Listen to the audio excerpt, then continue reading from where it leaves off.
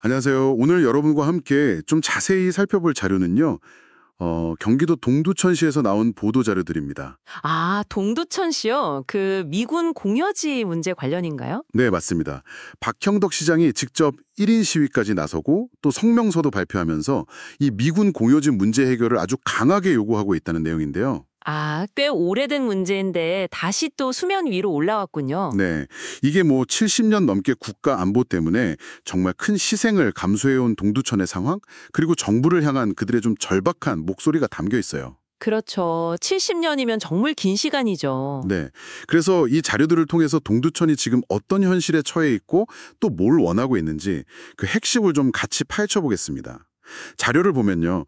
아, 정말 이게 좀 놀라운데 동두천시 전체 면적의 42%, 그러니까 거의 절반 가까운 땅이 70년 넘게 미군 기지로 쓰여왔다는 거예요. 42%요? 와, 엄청나네요. 도시 면적의 절반 가까이가. 네. 40.63제곱킬로미터. 정말 상상하기 힘든 규모죠. 게다가 아직 반환되지 않은 전국 미군 공유지 있잖아요. 네네. 그중에 약 70%가 여전히 동두천에 남아 있다고 합니다. 이야, 대부분이 동두천에 몰려 있는 거네요, 아직도. 그렇죠. 그러니까 박 시장이 70년 희생, 이제는 행동 이런 구호를 내걸 수밖에 없는 거죠. 시민들의 인내심이 뭐 거의 한계에 다다랐다 이렇게 볼 수 있겠습니다. 하긴 70년이면 정말 그쵸. 이런 오랜 희생이 지역 경제에도 그대로 영향을 미치고 있는데요. 재정 자립도나 고용률 같은 지표는 경기도에서 거의 최하위 수준이고요. 아, 경제적으로도 많이 어렵군요. 네. 심지어 실업률은 전국 최고 수준인 5.1%라고 하니까 상황이 얼마나 심각한지 좀 짐작이 갑니다. 맞습니다. 이게 단순히 그냥 땅 몇 평의 문제가 아니고요. 그 70년이라는 긴 시간 동안 국가 안보라는 명분 아래서 특정 지역이 계속해서 감내해야만 했던 어떤 구조적인 희생의 결과다 이렇게 봐야 할 것 같아요. 구조적인 희생이요? 네. 그래서 여기서 박 시장이 평택시 사례를 딱 꺼내든 게 아주 중요한 지점인데요. 평택하고 비교를 했군요. 네. 평택 같은 경우는 전체 면적의 한 5% 정도만 미군 기지였는데도 정부로부터 19조 원이라는 정말 대규모 지원을 받았거든요. 19조 원이요. 와. 네. 그래서 인구 60만 가까이 되는 도시로 성장을 했는데 아니 왜 면적의 42%를 내어주고 70년을 기다린 동두천은 이런 지원에서 소외되어야 하느냐. 바로 이 공정성의 문제를 정면으로 제기하는 겁니다. 그럴만하네요. 비교가 되니까요. 그렇죠. 단순히 뭐 서운하다 이런 차원을 넘어서는 거죠. 아주 깊은 박탈감의 표현이라고 봐야겠죠. 그래서 동두천 씨가 정부에 요구하는 바는 아주 구체적이고 또 명확합니다. 보도자료에 나온 핵심 요구사항 4가지를 좀 장려해 보면요. 네, 어떤 것들이죠? 첫째는 현재 남아있는 캠프 KC하고 호비 있잖아요.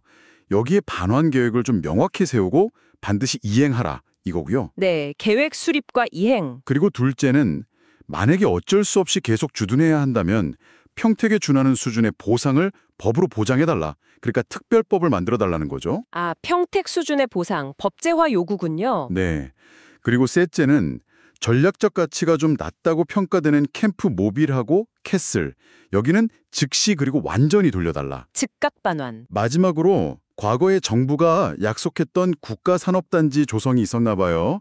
그거 이행하고 여기에 더해서 뭐 첨단 방위산업 클러스터 같은 미래 먹거리를 만들어 달라는 겁니다. 아, 그러니까 단순히 보상뿐만이 아니라 미래 발전을 위한 구체적인 계획까지 요구하는 거네요. 그렇죠.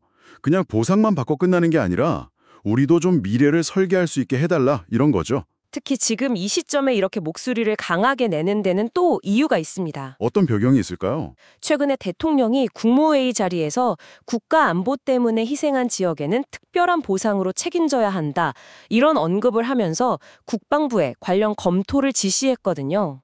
대통령의 발언이 있었군요. 네, 그러니까 동두천 입장에서는 이게 그냥 말로만 끝나서는 절대 안 된다. 이제는 정말 실질적인 행동, 정책으로 좀 보여달라. 이런 강력한 메시지를 보내는 겁니다. 기대감하고 압박감이 동시에 작용하는 그런 상황인 거죠. 그렇겠네요. 기대가 크겠어요. 그래서 박 시장이 정부의 외면이 계속된다면 9만 시민의 희망은 분노의 파도로 바뀔 것, 이런 경고까지 한 것도 뭐랄까 이런 절박함의 표현이라고 봐야겠죠. 표현이 상당히 강하네요. 분노의 파도라.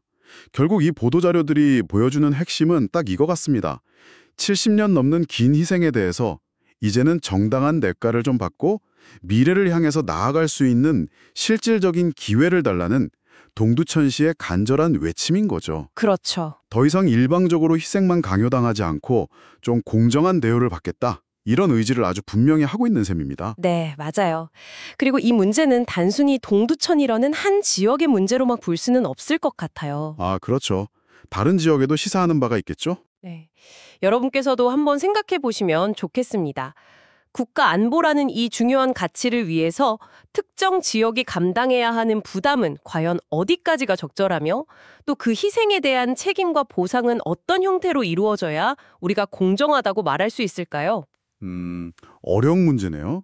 특히 아까 말씀드린 그 평택과의 비교에서 드러난 공정성이라는 잣대 있잖아요. 이게 앞으로 비슷한 상황에서 중요한 어떤 논의의 기준이 될 수도 있겠다 싶습니다. 형평성 문제가 계속 제기될 수 있겠군요. 그렇죠. 마지막으로 이런 질문을 좀 던져보고 싶습니다. 이렇게 수십 년간 이어진 그리고 구체적인 수치로도 확인되는 그런 피해와 희생에 대해서 공정한 보상이란 과연 무엇일까요? 공정한 보상. 네, 이게 단순히 돈으로만 환산할 수 있는 문제일까요? 국가 전체의 이익과 특정 지역의 희생이라는 이 오래된 딜레마를 우리 사회는 앞으로 어떻게 지혜롭게 풀어나가야 할지 한번 다 같이 고민해 볼 만한 문제입니다.